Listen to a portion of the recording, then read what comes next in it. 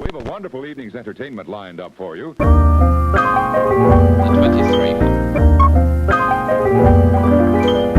Hey, what's up you guys? This is Steffi, aka In My Humble Opinion, and welcome back to another IMHO Film Club movie review. In today's video, I'm going to be reviewing the new CGI adaptation of The Lion King. Also, side note, I'm so sorry that this is like quite literally a week late. I meant to release this video last week, but I kept running into problems every time I would go to see The Lion King. There were multiple occasions when I would go to the theater and the screening I had wanted to go to was literally sold out. So that's why this video is late. But back to the review. So The Lion King 2019 features the voices of Donald Glover, Chiwetel Ejiofor, Alfred Woodard, John Caney, James Earl Jones, Seth Rogen, Billy Eichner, John Oliver, and of course, Beyoncé. This version of The Lion King was directed by Jon Favreau, who also directed the CGI live-action remake of The Jungle Book, and the script was written by Jeff Nathanson with story by Brenda Chapman. And just in case you haven't seen The Lion King is essentially a coming-of-age, coming-of-self story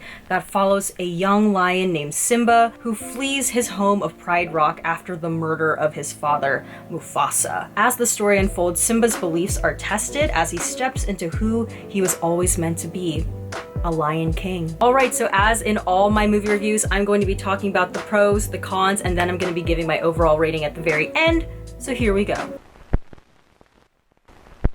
Okay, so there are pros to this, believe it or not. So pro number one, you have to admit while watching this movie is a technical visual achievement. And while watching this movie, I have to admit, it looked like the real thing. It was very realistic. The animals looked super real. I was keeping my eye out for the details, and even in the moments when the animals weren't moving, but you could just still see that they were breathing, I was just like, whoa. That's a real lion, but it actually wasn't. I would have to say my favorite looking animal of this movie was Rafiki. And I think that's because Rafiki is such a unique baboon because of the face paint on his face. Like, I just thought they did a really, really great job with him.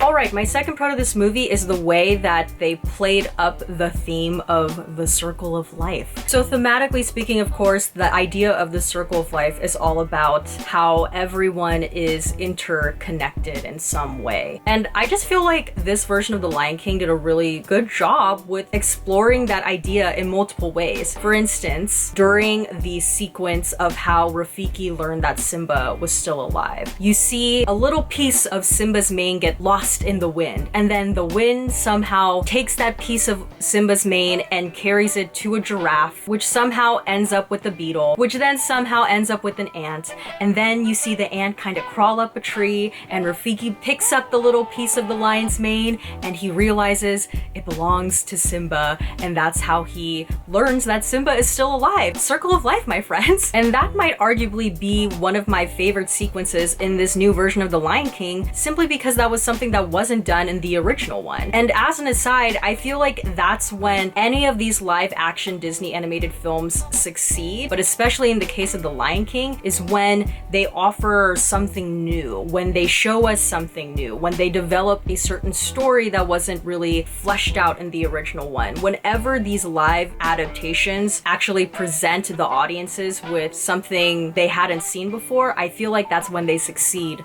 the most.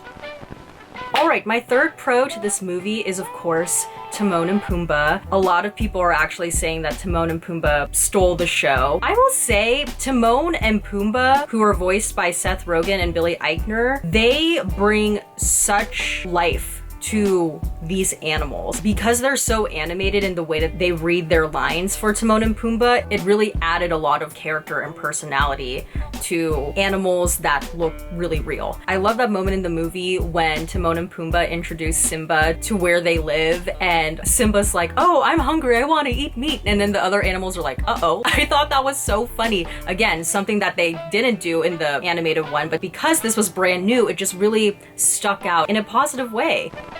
Alright, my fourth pro to this movie is I appreciated that they tried to develop the lionesses a bit more. So in this version of The Lion King, we learn that Sarabi, who is the mother of Simba and wife of Mufasa, she actually chose Mufasa over Scar. And Scar and Sarabi have some moments of tension in this film. And even after Mufasa's death, Sarabi still stands with Mufasa and still thinks that Scar was never meant to be king. I also love how Nala and Sarabi have more of a relationship with one another. In a way, Sarabi kind of acts like Nala's mom. She looks out for Nala, and she's a bit protective of Nala. And Nala, as a character in this movie, has a bit more of a backbone. You see her rally the lions, which, you know, again, by this point in the movie, Beyoncé is voicing the lion, and it's kind of funny because I'm expecting Beyoncé to tell the other lions to get information. Are you with me, lions? Bitch, I'm back. I'm popular the man.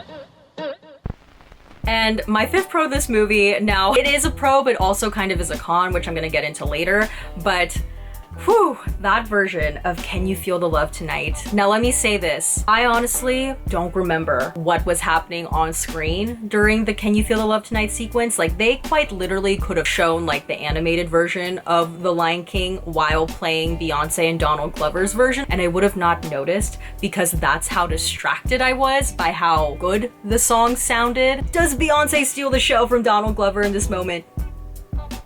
Yeah. Does this kind of undermine the fact that Simba is our main character in the movie? Absolutely. But you know what? Beyoncé sounds great. She sounds so good on this song. Like, Nala was doing runs, and honest to God, while I was watching this movie, I was like, Nala, you shouldn't even run to Pride Rock. You should like keep running past Pride Rock and go find yourself a record deal, girl, because that's how good Nala, and more importantly, Beyoncé sounded. All right, so the cons. So con number one of this movie is something that everybody has been talking about, and I will say, yeah, totally valid criticism, and that is because the animals look so realistic, they don't really have any emotion on their face, and therefore a lot of the emotional beats and moments of this movie kind of fall flat. And because of that, it creates this weird dissonance where you can hear that there is emotion in the voices of the actors, yet the lions themselves, and I feel like the lions are really the animals that suffered the most when it came to this. The lions didn't have any emotion on their face. So you would hear Simba sound sad when Mufasa died, but Simba didn't look sad on screen.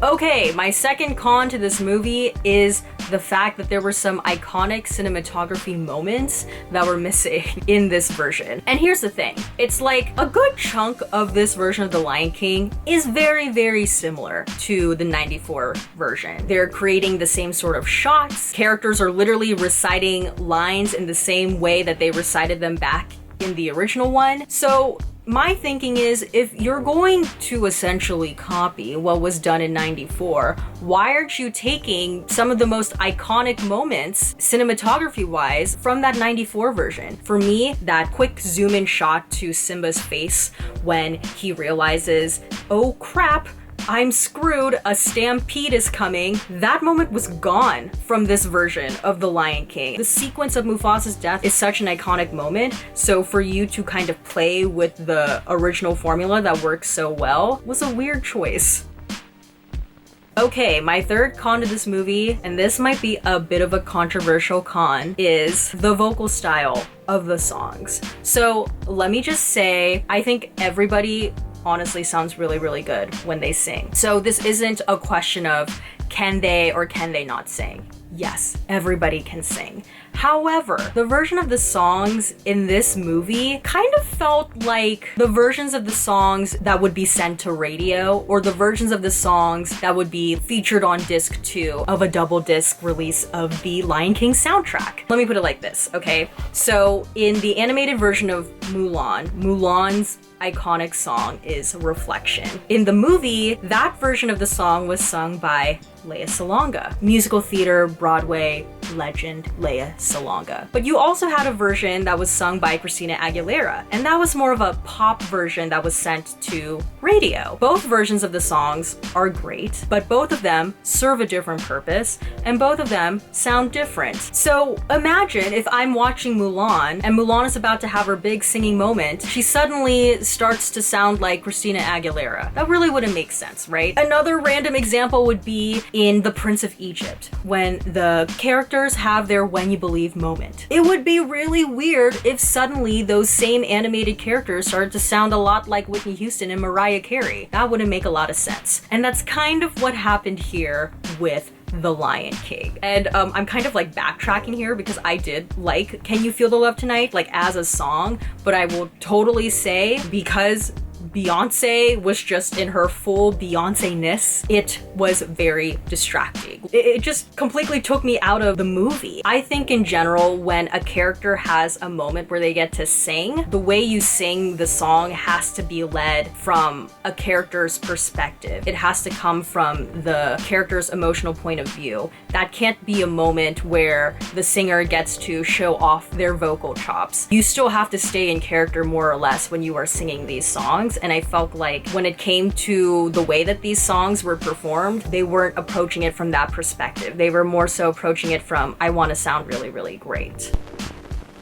Alright, my fourth con to this movie is that they left off a very important Rafiki scene. So in the animated version of the movie, there's a moment where Rafiki and Simba are together, and Rafiki kind of swings his stick at Simba and hits him in the head. And Simba's like, ouch, that hurt. And Rafiki uses this as a moment to teach Simba that doesn't matter anymore because it's in the past. And even though the past still hurts you, you can either do one of two things. You can either run from it or you can learn from it. And then we see Rafiki swing his stick at Simba and Simba ducks. And Rafiki's like, see, there you go, you learned your lesson. And that was a really important character building moment for Simba. And it was an important message of the movie. And yet they didn't include that in this version of The Lion King. Again, kind of like what I was saying earlier, if you're going to recreate this movie pretty much shot for shot and have the characters doing the same exact scenes, reciting the lines in the same exact way that they did in the original one, why are you omitting these scenes that worked so well in the original one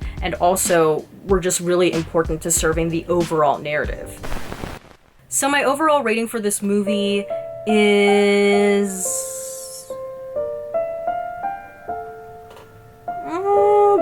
B minus low B. I will say that I know this movie is getting a lot of flack by a lot of people. I knew that going into the movie. So that may have already affected my expectations going in. The thing is, and also the problem, is that The Lion King 2019 is very similar to The Lion King from 1994, and I would imagine they were probably kind of scared to creatively challenge or take risks with this version because the 94 version is just so revered and loved. With that being said, because this version of The Lion King doesn't really offer anything new, you kind of feel like you're watching the same thing again, minus the parts of The Lion King that made it so special. For me still, if I ever want to watch The Lion King, I will always stick to the OG one. Well, alright, that's about it for this video. If you liked it, please give this video a thumbs up. Don't forget to hit the subscribe button and please turn on the notification button down below so you know when a new video from me comes out. And comment down below your thoughts on this new version of The Lion King. Did you like it? Did you hate it? What did you think about Beyoncé? Let me know in the comment section below and we can talk it out there. And as always, everything I said was just my own personal thoughts and all my humble opinion. And I will see you guys in the next one. Bye!